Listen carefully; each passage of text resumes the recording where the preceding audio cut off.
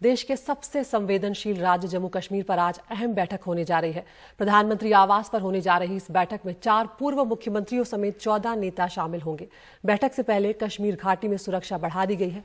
LOC और forward इलाकों में भी निगरानी को बढ़ाया गया है।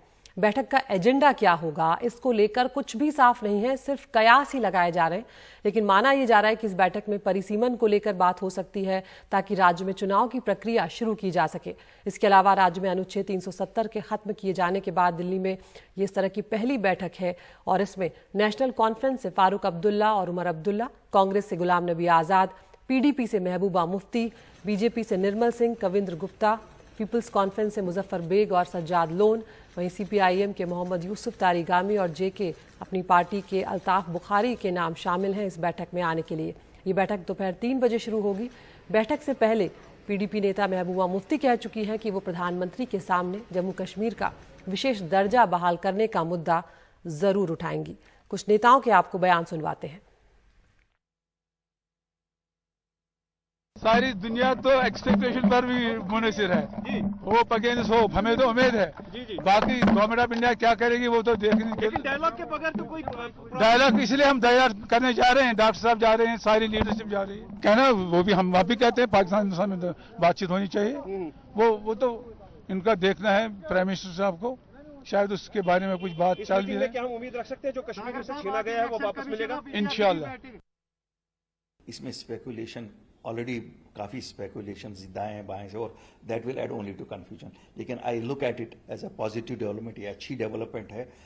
3 ही हमारे कोर एजेंडा में है, restoration of statehood, protection of jobs and protection of land rights. 2 तो वजीर आजम साहब और गवर्नमेंट ऑफ इंडिया ने कर दिए, एक ही रहता है, तो हमें पूरा उम्मीद है कि वो भी पूरा हो जाएगा। और यहाँ पर ये हम जानते हैं कि ये मुद्दा बेहद संवेदनशील है। अंतर्राष्ट्रीय समुदाय की नज़र भी इस पर बनी हुई है।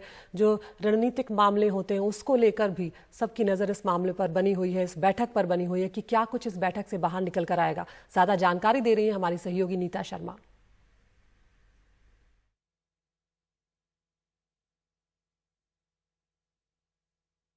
प्रधानमंत्री नरेंद्र मोदी ने सभी नेताओं को, जो घाटी के 14 नेता हैं, उन सभी को बुलाया है। इनमें पूर्व मुख्यमंत्री हैं, कांग्रेस के नेता हैं, अपनी पार्टी के नेता हैं, वो सभी नुमाइंदे हैं जो घाटी को रिप्रेजेंट करते हैं। ये मीटिंग अहम मानी जा रही है क्योंकि प्रधानमंत्री की तरफ से ये न्योता दिया गया है। घाटी के नेताओं का कहना है कि अपने आप में एक बड़ी पहल है। 2 साल बाद प्रधानमंत्री जो हैं वो इंगेज करने की कोशिश कर रहे हैं, जानने की कोशिश कर रहे हैं कि वहां पर आखिर किस तरह से जो डेमोक्रेसी है उसे बहाल किया जाए।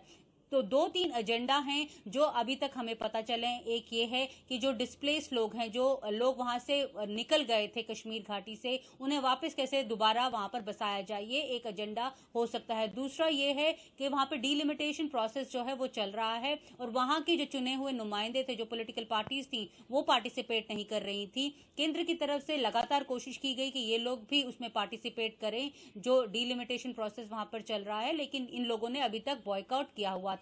तो केंद्र अब इस पर भी जोर देगा कि अगर वहां पर घाटी में इलेक्शन करवाने हैं तो डीलिमिटेशन एक्सरसाइज जो है वो कंप्लीट की जानी चाहिए, ताकि जो असेंबली के जो सेगमेंट्स हैं उन्हें रीडिफाइन किया जाए। तो इस करके इन नुमाइंदों को उस मीटिंग में अटेंड करने की बहुत जरूरत है। तो ये 2-3 बातें हैं। कई नेता जो हैं वो दिल्ली आ पहुंचे हैं।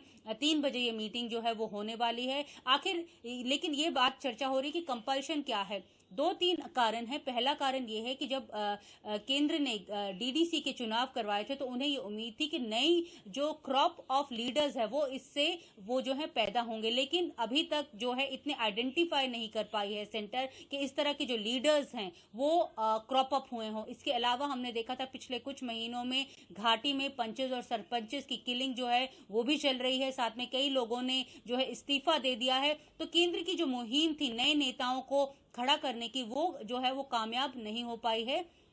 इसका कि केंद्र जो है वो दोबारा मुफ्तीज और अब्दुल्लाज और जो पुराने नुमाइंदे थे जिन्हें उन्होंने कई साल तक जो है वो बंद करके रखा, उन्हें दोबारा न्योता देना पड़ा और उनसे बातचीत की जो एक मुहिम है दोबारा से शुरू करनी पड़ी। दूसरी बात एक अहम ये है कि जो इंटरनेशनली जो हो रहा है उससे पर भी हमें ध्यान देने की जरूरत है। अफगानिस्तान में जिस तरह से तालिबान जो अमेरिका है वो पुल आउट कर रहा है और तालिबान वहां पर सक्रिय है, उसे लेकर जो है काफी चिंता है सुरक्षा के गलियारों में, दिल्ली में, रायसीना हिल में, तो इस करके भी बातचीत करना बहुत अहम हो जाता है। और तीसरी सबसे इम्पोर्टेंट बात जो ये है कि जब नई सरकार बनी थी अमेरिका में, बिडेन की सरकार जब बनी थी, तब जब 4G रेस्टोरेशन हुआ था तो उन्होंने उसे वेलकम किया था।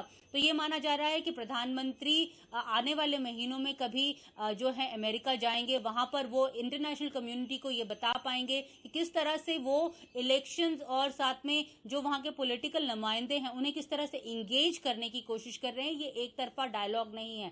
तो डोमेस्टिक और इंटरनेशनल कंपल्शंस रही हैं भारत सरकार की। यही वजह है कि जो आज डायलॉग होने वाला है एक बहुत बड़ा एक प्लेटफॉर्म है जिसमें 14 लीडर्स आएंगे, प्रधानमंत्री के स्तर पर यह बातचीत होने वाली है। नई दिल्ली से नीता शर्मा, NDTV इंडिया के लिए।